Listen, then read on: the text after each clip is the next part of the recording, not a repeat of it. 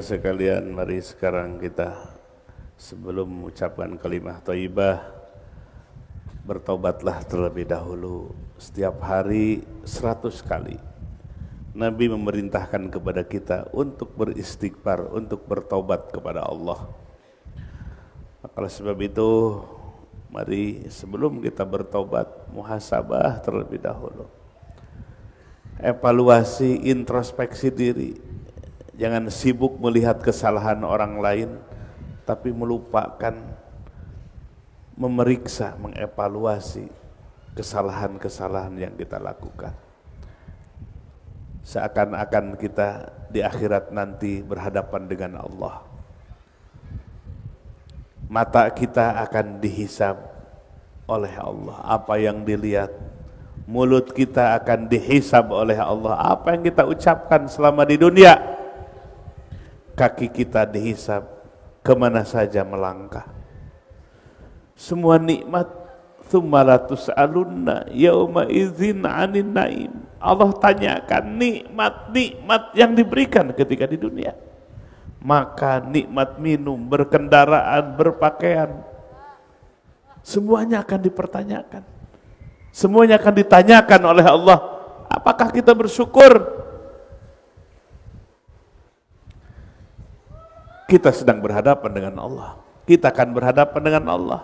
Di saat ini seakan-akan kita sedang berhadapan di hadapan Allah, sedang mempertanggungjawabkan apa yang kita perbuat. Kullu nafsim bima kasabat rohina. Setiap diri akan menanggung apa yang diperbuatnya ketika di dunia. Tidak bisa rekayasa, tidak bisa berdusta. Dibongkar semuanya oleh Allah. Di dunia manusia bisa pakai topeng. Dosa yang banyak ditutup dengan propaganda yang baik. Ditutup seakan-akan soleh yang tampak, padahal dalamnya penuh dengan kebobrokan. Di dunia kita bisa menutupi aib-aib kita sendiri. Tapi kalau sudah nanti berhadapan dengan Allah, semuanya jelas, tidak ada dusta, tidak bisa ditutup dengan dusta, tidak bisa direkayasa. Apa adanya di hadapan Allah nanti. Tidak bisa membuat dalil-dalil, alasan-alasan apa saja. Semua nyata di hadapan Allah. Ayo, jamaah sekalian. Seakan-akan kita sedang dihisab di hadapan Allah, sedang ditanya di hadapan Allah.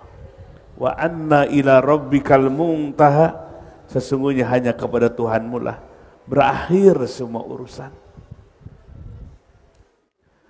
Ayo jamaah sekalian, banyak kesalahan kita, banyak dosa kita.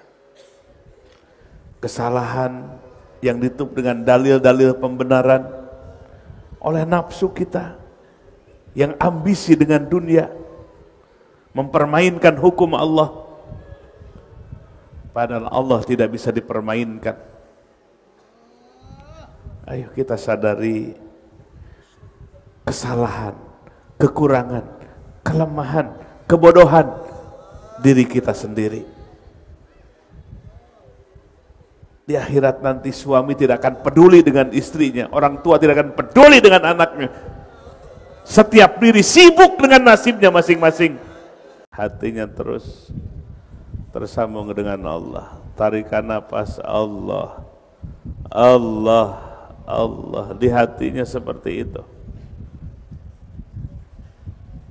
Sebab penyesalan bagi ahli surga adalah ketika ingat di dunia ada 1 jam waktu tidak dipakai zikir kepada Allah. Hatinya lalai dari Allah, membuat menyesal nanti bagi ahli surga.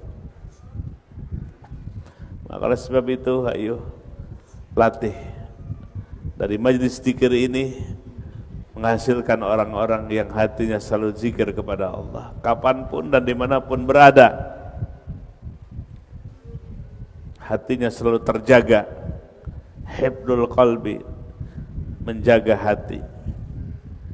Tanpa latihan, tanpa pelatih dan latihan yang serius, yang sungguh-sungguh, maka tidak akan bisa hati kita selamanya zikir kepada Allah.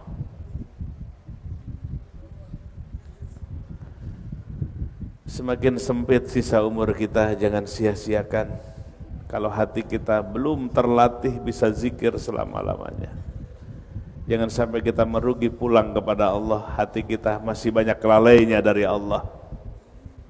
Pastikan sebelum pulang kepada Allah, hati kita zakirun, selalu zikir kepada Allah. Pasti di saat sakaratul maut kita akan bahagia.